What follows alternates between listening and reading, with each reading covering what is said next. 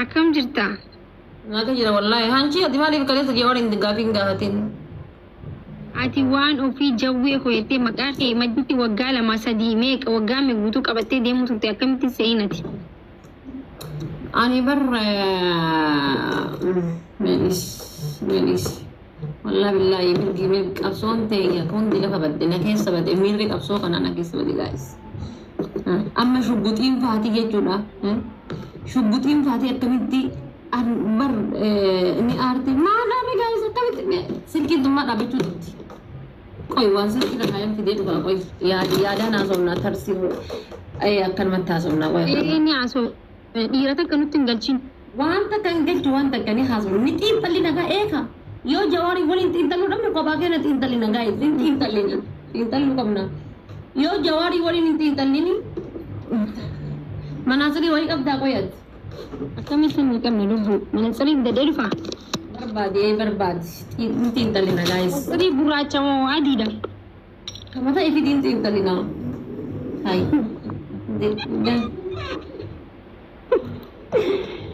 Ada Fati. Hindi bodo jeng tahu trigger waan kanarraa. Abis pide ni xiinxalli naande mini fenoo. Ishi. Guys, copy link share godha hunda keessanuu.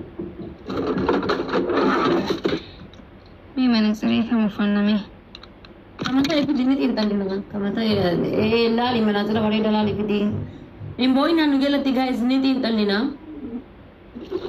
Ni galtanii gasti obsa. Wow, manaasarii kan keeni bareedaa bitti. Qoy mee.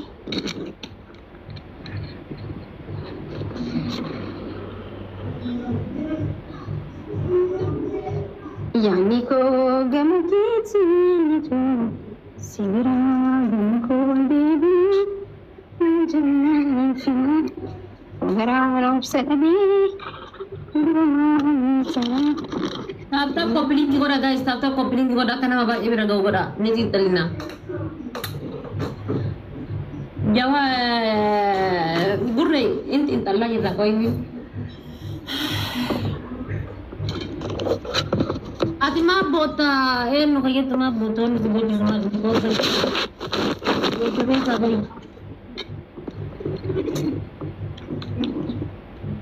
Ini manaasarii dia kembali tetap deh guys.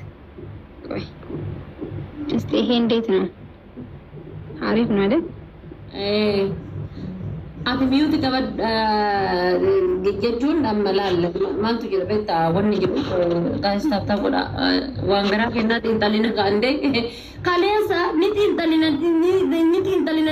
jennee kaleessa takka carraa xiinxalluun arganne waan ta'eef hadda kophaa kennaa xiinxallina jechuudha dirreen siyaasaa nama kan miidhuu badhoodha waan taateef jechuudha. Akkuma beekamu kaleessa jechuudha obbo Jawaar Mohammad kabajamoon jechuudha abbaan qeerroodhaa fi qarreedhaa jechuudha guyyaa kaleessa gara sooshaal miidiyaa kana as dhufanii turanii baga nagayaan dhuftan abbaa keenya abbaa qarree abbaa qeerroodhaa baga nagayaan dhufte tokkicha qixxee kumaa jenneetiin simanna jechuudha tokkoffaa duraan dursa gaafa hayyuun namatti dhufu wantoota hayyuudhaan simataman hanqinoota jiran xiinxallina nuti amma akkasii miti deebiitti. Ya sirri koree qindeessitoota irraa malee Jawaar irraa miti okay? Wanni kun amma Jawaar irraa miti Jawaar irraa waa'een kanarraa maal Jawaar keessummaadha tokkoffaa gara tiiktookii dhufee keessummaadha waan ta'eef nuti koree qindeessitoota irraa jechuudha haasofna jechuudha hanqinoota jiran tokkoffaa gaafa hayyuun namatti dhufu. Dhandhama qophaa'uu qaba, dhanga qophaa'uu qaba, haati siinqee qophaa'uu qabdi, abbaan gadaa qophaa'uu qaba, eebbaan banamuu qaba sagantaan. Eebba manguddootiin sagantaan banamuu qaba, eebba abbaa gadaatiin, eebba haadha siinqeetiin sagantaan banamuu qaba jechuudha. Gasti geemii ta'uu hin qabu. Kun yaada jechuudha. Tokkoffaa jechuudha. Lammaffaa taree deebi'eetiin sagantaa san keessatti hamma laalletti akka wallaaluun itti fufu adin dhaabini akka wallaalummaa yaada kiyyaatitti waan san keessatti wanta xiinxallee ilaale keessatti Jawaar Mohammad bor yookaan bor gara tiiktookii dhufuudhaaf deema jiranii viidiyoon hojjetamee ture san keessatti namoonni hedduun gariin paantii baafadha jedha gariin surree baafadha jedha gastii ebeluun naqu wal fixaa turanii jechuudha. Anka jedhu qoyi gargaarsa uummata buqqaatotaa isinitti fakkaata moo Jawaar gisee isin Jawaar gastii ebeluun naqu anatu paantii gurgura Jawaar gastii ebeluun naqu anatu sangaa gurgura Jawaar gastii ebeluun naqu anatu qaama dubartii ofirraa luqqisee qaama dhiiraa kaayata akkas godha jedhaniitiin namoonni hedduuni amma danda'anitti jechuudha yaazulli qabuun jedhaa turani. Jawaarriin isin yeroo laaltaniitiin jettan meeshaa dhuunfaa keessanii kan akka barbaadan godhatan isinitti fakkaate moo maalidha? Asuma akka gaafii kana nu deebistan abdii qabna. Namoonni tokko immoo Jawaar gastii nama dhuunfaan tun dhufu duunee banna malee Jawaar mana isaatti dhufee mana isaatti akkas jira. Jawaar jechuun kan ummataati. Jawaar tokkoffaa kan ummataati. Kan sabaati. Mana makii dhufuu danda'a, mana dhafaa ta'e dhufuu danda'a, mana aslii dhaquu danda'a, everything. Mana qeerroo fi qarree dhaquu danda'a. Because abbaa qeerroo fi qarree jedha waan ta'eef jechuudha. Abbaa qeerroo fi qarree jedha waan ta'e jedhama waan ta'eef mana nama kamiituu dhaqee waan sabaa irratti waan ta'u irratti waan sabaaf ta'u irratti dubbachuu mirga guutuu qaba. Wanni isa daangessuuf hin jiru jechuudha. Kan isin of tuffattan, kan isin wal tuffattan Jawaar kaleessa isiniif jedheetiin kan waggaa 3 Kilintoo keessa ture. Isiniif jedheetiin jechuudha. Nuuf jedheeti jechuudha. Anaaf jedheeti jechuudha.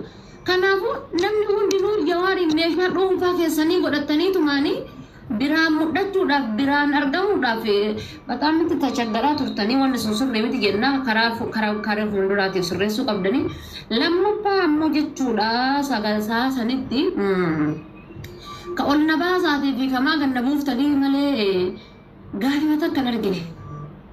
Gaafii takka gaafii quusaa gaafii haadha gudeedamaa turra gaafii abbaa gudeedamaa jirurra gaafii abbaa kenna ka bosona keessatti rakkachaa jirurra gaafii ammas ta'ee deebee qaama bosona jiru irraa isa kam qaamni sirriidha isa kam qaamni dogongoraadha. Qaamni dogongoraan kami qaamni sirriin kami qaamota bosona jiran kana hedduutu bosona jira. Shanee jechuun maali? Adda bilisummaa Oromoo kan ammoo abaahoo jechuun hoo maalidha? Isaan kunniin maal godhaaran gaheen isaanii maalidha? Wantoota jijjiiramu achi keessas wanta jirutu jira. Lammaffaa taree deebi'eetiin gizee gastii kana gubbatti wal gahanii nama lama yookaan nama 3 ta'uu bichaa osoo hin taane Oromoo kutaa 10 takka irraa ta'uu qaba. Because haati Arsii gaafa buqqaatu haati Wallootis buqqa'uu jirti. Haati Walloo gaafa buqqaatu haati Salaaleetis buqqa'uutti jirti. Haati Salaalee gaafa buqqaatu haati Wallaggaatis haati Harargeetis buqqa'uutti jirti jechuudha. Gaafiin kun hunduu namootaan qindaa'ee qophaa'ee koreen filatamtee namoonni gaafii gaafatu tartiibatti taa'ee xiinxalluu qabaa jechuudha. Maqaleessa waan xiinxallan tokko hin argine jechuudha. Waan xiinxallan tokko hin argine. Siniif galaa miti xiinxalla tokko hin argine jechuudha. Waan takka mataan hin seenne jechuudha. Akka kiyyaatti akka yaada kiyyaatitti jechuudha. Gaafii gaafatamillee hin argine. Namni ol seenee gariin faatii akka kiyyatti an xiinxalluu qaba. Waan ofirraa haasa'uu qaba. Ofirraa maal haasoftu obboleessa kiyya? Mee namni onnatu ofirraa haasoftu maal inni? Hundi keessan miira emotional jawwee bichatti argamudha. Sa'aatii sanitti amma Jawaariif qabda bicha otoo ibsattanii gastii irraa buutanii hedduu nuti tola. An akka kiyyatti jechuudha. Akka wallarummaa kiyyaatitti Jawaar kiyya hedduus jaaladha. Ati abbaa kenna, abbaa qeerrooti, abbaa qarreeti, baga lubbuun jiraattee hagana nu geette hedduus dinqisiifadha. Yaadni an qabu kan galatoom jettanii osoo gastii irraa buutaniiti hedduus hin dinqisiifadha jechuudha. Gaafii takka hin argine jechuudha. Gaafii miira keessa nu galchite Jawaar baga gara TikTokii dhufe jedhu. Siniif galaa miti dogongora sanniin sirreeffadha marraa taanuuf yookaan ammoo marsaa taanuuf wantoota sanniin sirreeffadha isinin jechuu barbaanna. Asuma maayikii gara aadde Shugguxii Oromoo qabsooftuu warra bosona jiru waliinis qopsooftee kan angoorra jiruunis waliinis qabsooftee aarsaa barbaachisuu kan faltee keessattuu gaafa Jawaar hidhame faatii yaa Oromoo jettee sagalee isii amma waan barbaadan irratti hidhanii akka barbaadaniin fa'a oofutti jiranii jechuudha. Isiin faatii carraa dhabuu hirmaannaa keessatti gahee dhabuu hirmaachuu keessatti gahee dhabuun isii baay'ee nu gaddisiise jechuudha. Mee anillee tanaa namallee ta'ee hafu Shugguxiin Oromoo dhiisi anas hin jedhe dhiisi. shubbitiin Oromoo hafuun qabdu maali jennaan irra caalaan nama asumarra taa'ee laaptooppiidha bilbiluma qabuuf miidiyaa qabuutiin qabsaa'ee eebaluu qabsaa'aa kenna jabaa kenna jedhan malee namni bosona seenee shubbitii hidhate nama muraasaa jechuudha. Nama muraasa namni bosona seenee shubbitii hidhate. Akkamitti haftiisiin waan jedhamu itituyyuu akka hiriyaa tiyya takkaatitti በጣም ልቤ ተሰበርኩት። በጣም የሚያዛዝን ሁኔታና የሚያስደነግጥ ሁኔታ ነው። አዲስ ሽጉጤ ኦሮሞ ዋንጅቶ ቀባቴ በክብር ወደ መድረክ እናስተላልፋለን። Thank you so much. Badupachuudha.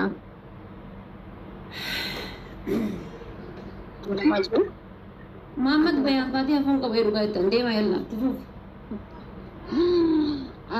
Akkuma beekamutti gaa uummata keenya waa hedduu dabarsanii turre.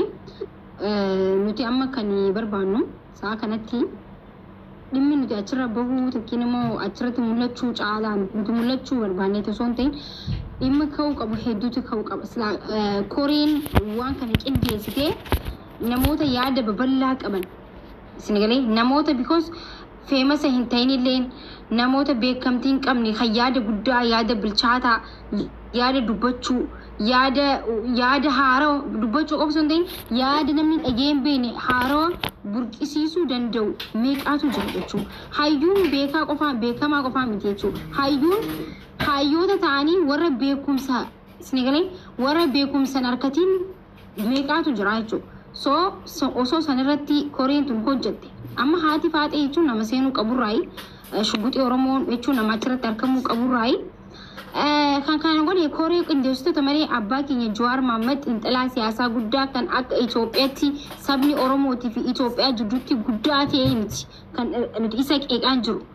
Koree qindeessitoota irraa koreen qindeessitoonni Jawaarii walqixa suufa uffattee achi gubbaa teessee በጣም ተሰማንኛ ያኒ ስነገሬ suufa uffatu baanduleen nutilleen uffata aadaa wayii tokko uffanneetuma dhufnenne kaayyoo fi cimaa qabna ture waan gaafannu barreeffannee qophaasuu ture ግን koree keessatti sin argamne it's okay ganaafillee ifduraafillee akka sirraa'uuf nuti godhaa jirru Jawaar Mohaammed iddoo kanatti lammata deebi'ee akka dhufu abdii qabna. Kakaleessa qabsoo tolcheellee duriyyuma waan ta'eef kakalee biyya san jaareellee duriyyuma waan ta'eef kan amantii isaatiifis amantiidhaafis saba isaatiifis dhaabbatu nama duriyyeedha jechuudha. Gizee hedduu jechuudha nama surree ciccitaa uffatee fariizii akkana jee deemuuti dadadadadaddan godhuus danda'a. Yoo masgiinni jigees yoo bate kiristaaniin illee wanti jigeellee jechuudha badeellee kan dubbatu duriyyeedha waan hunda caala jechuudha. Nama baalagee takkiin nama bikka hin geessu jetteetu waan guddaa godhee isin agarsiisuu danda'a jechuudha. Kanaafuu koreen qindeessitoonni of sirreessaa isin jechuu barbaannaa yoo diddan immoo gaa nutilleen isinitti uummata kaasuu hin dandeenye jechuun akkuma kaleessa Jawaar Mohaammed jedhee haasaa isaa san keessaa wantoota tokko akka mammaa kaatiitti kan qabannee dabarrees jira. Maaliif jennaan ani dubbii Jawaar Mohaammed irra caalaa akka mammaa kaatiitti fudhadhee dabarsa. Wanda jedhe gaafii asaliin gaafate keessatti abiyyitti hinaafta siin jedhanii atitti hinaafta jedhee gaafate san amma kun gaafii ta'ee dhiyaatu hin qabu. Haa gaafatu rakkoo hin qabu gaafii inni gaafate san keessatti abiyyiin jedhee bar haadha Oromoodha tan jimaa baddeessa moo hargeessa argeerra cirattee gara Finfinnee deemtu hin ajjeesin jechuun itti hinaafuudha jedhu. Of course dhugaa isaati. Kanan ajjeesin jechuun itti hinaafuu miti. Qeerroon ajjeesin jechuun itti hinaafuudha miti. Qarreen ajjeesin jechuun itti hinaafuudha miti. Maaliif jennaan kaleessa duutee angoorra si keette. Kalee harma murattee hadha angoorra si keette. Gatii kana ta'eefi hin ajjeesin jechuun itti hinaafuudha miti jedhe. Waan biyya kanaaf ta'uuf akka uummataaf ta'utti hojjedhu jechuun isatti hinaafu miti jedhe. Haa balu haa buqqa'u haa du'u haa hidhamu osoo jedhe hinaafaa fakkaataa jedhe. Kanaafuyyuu koreen qindeessitoonni jechuudha ebelullee jechuullee hin barbaannu. Jawaar mana abbaa barbaadee keessatti dhufuu danda'a. Gastii abbaa barbaadee dhaquu danda'a. Dhandhee irratti hirmaachuun mirga guutuu qabna jechuudha. Namni nu dhoobuu hin jiru ni danda'a nuti waan akkasiin qaba. Namni fakkeenyaaf Jawaar mana makii keessatti yoo argame mana makiitti dhaqee Jawaariin waan barbaade waan danda'e irraa gaafadhee nan bu'a. Maaliif mana makii dhaqee hinaafaan akkasii akka kiyyatti ana keessa hin jiru. Mana asliidee dhaqee mana hamzaalee mana abbaa barbaadee haa dhaqu jechuudha. Garuu achi jalatti Wanjalatti dhokataniiti xilama godhatanii xilaa kana jalatti akka nama rooba qophatu akkana godhachuu bicha osoo hin taane waan sabaa yaaduu qabanii. Akkuma gaafa harargeera namni buqqa'uu dura dursanii gara gargaarsaaf akkaawuntiidhaa baasuudhaa ta'e dubbii nama kaleessaa sun. Akkuma kaleessa argitanii gaafa arsiirraa waa buqqa'an gaafa arsiirraa uummanni buqqa'u tokkoffaa wanni dubbatamu maali gargaarsa akkaawuntii qophaa'eera koreen qophoofte akkaawuntiin nama shaniin qophaa'ee jedhan. Wallagga irraa gaafa namni buqqa'eetiin jedhu koreen qophoofte akkaawuntiin nama shaniin qophaa'ee jira irra gargaara jedhaniituma gadi fidanii jechuudha. Jawaariin illee kaleessa akkasuma godhan. Sinigalee jawaar gadi dhufee hundinuu maalidha xilama jawaari jala seenuudhaaf jechuudha. Ilaa jawaari jala seenu xilama jawaari jala mataa qabachuu jechuudha. Sambichaa ta'uu osoo hin taane waa'ee sabaa carraa argame kanatti fayyadamanii carraan kun laman deebitu mee jawaar guyyaa biraa yookaan deebi'ee akka haadha faatee asirraa geemiin taphatu. Jawaar guyyaa biraa deebi'eetiin akka makiidhaa yookaan asirra taa'ee koomentii keessan dubbisee deebii hin deebisu. Carraa laman deebine kanarratti qooqaa nu keessa jiru. Anam abiyyi osoo dhufeetiin jedhe abiyyiin hoo waan gaafa nu hedduutu jira. Shimallis Abdiisaa osoo dhufee tiktookii ni barbaanna nuti. Ni galee ni barbaanna. Osoo dhufaniitiin nu waliin marii godhanii gabbu'anii nu waliin marii godhaniiti jechuudha. Nu barbaachisan dhufuu qaban isaan iyyuu. Bukan Jawaar maa miidiyaa dhufee Jawaar Baay'een Shimallis Abdiisaadhaan xiqqoo furdinaan illee waan walitti dhiyaataniif yoo si bira dhufe maal si fakkaata? Amma Shimallis Abdiisaa gastii kiyya yoo dhufe maaltu irraa hir'ata beektiti yoo gastii kiyya dhufe ana ol galchee marii goosifne maaltu nurraa waliin nurraa hir'atu hin jiru. Gatii kana ta'ee fi Shimallis Abdiisaa illee gara tiktookii dhufe marii nu waliin godhuu qabaa. Lammaa Magarsaa illee bakka dhokatee bahee marii uummataa waliin godhuu qabaa. Akkasuma Abiyyi Ahmad illee uummata isaatiin waliin marii godhuu qaba. Galee yaada uummataa fudhachuun barbaachisaadha. Asumaan waan itti deemu qabdu kabaja maal akka ta'e Jawaar Mohaammed irraa arguu qabanii. Jawaar Mohaammed tokkummaa kabajaa maal akka ta'e Jawaar irraa arguu qabdanii kan lammataa ammoo jechuudha.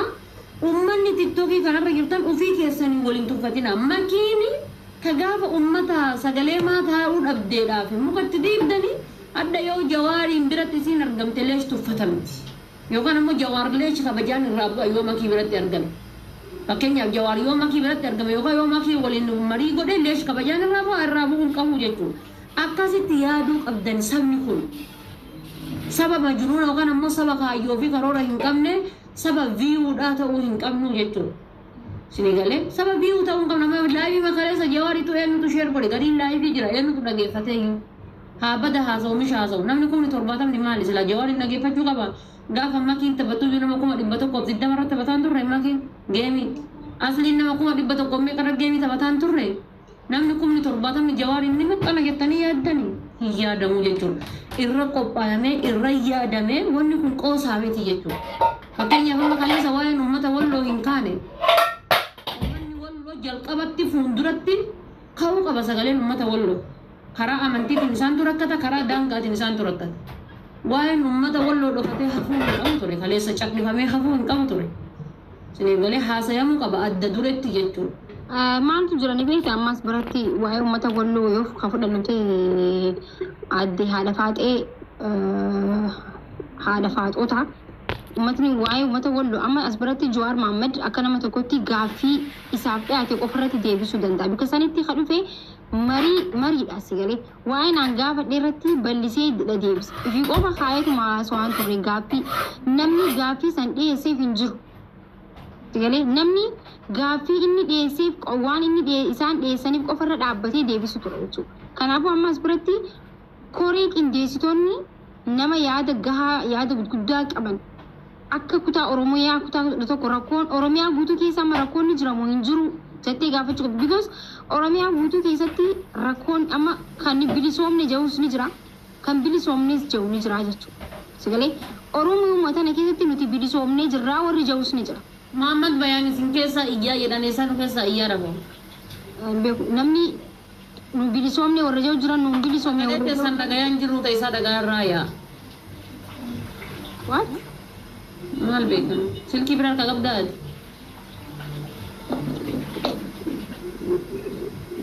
Okay.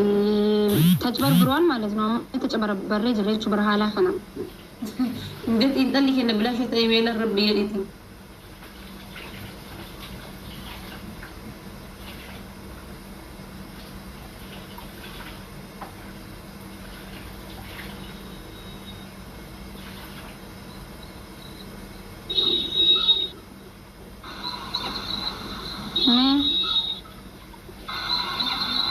soba. Soba deem haasayi.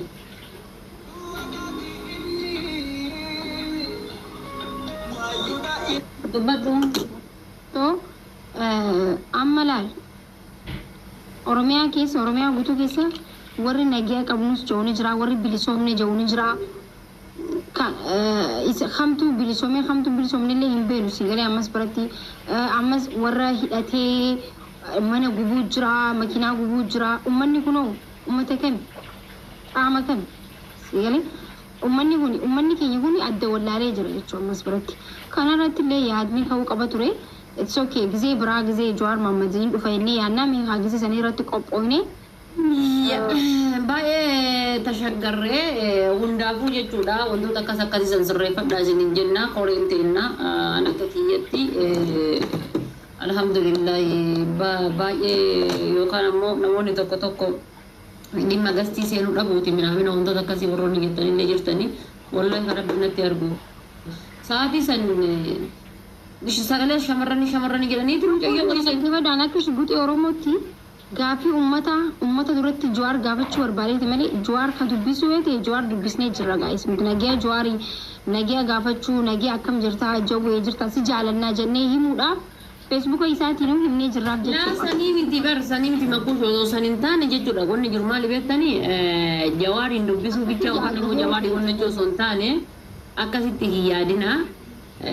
Am dandabiyyaa tokkoffaa guyyaa jalqabaati wanni sun katame wanni kun katame guyyaa jalqabaati as danaggachuun illee nama harka wal harka dha'uun illee ni malti kanaaf fuulduraaf seefti Jawaariitiif jedhaan alaal amma Jawar kaleessa miidiyaa dhufee wannummaan takka gaafiin ijoon ummanni gaafatee waraabamtee asirra deemaa jirtu hin jirtu hundinuyyuu bakka mooshin ta'e jechuudha mooshin ta'uu osoo hin taane yeroo birootiif ammoo waan sabaaf ta'u waan namaaf ta'u waan ijoo ta'u numa warra TikTok kanaayyuu waan tuffachiisuu hin qabne hoolota TikTok jedhaniitiin waan nu tuffachiisuu hin qabne gaafachuu qaban abbaan barbaade haa gaafatu fedhu qeessi haa gaafatu fedhu sheekiin haa gaafatu waan nu tuffachiisuu hin qabne akka namni hin tuffannetti jechuudha waan akkasan gaafachuu qaban jedha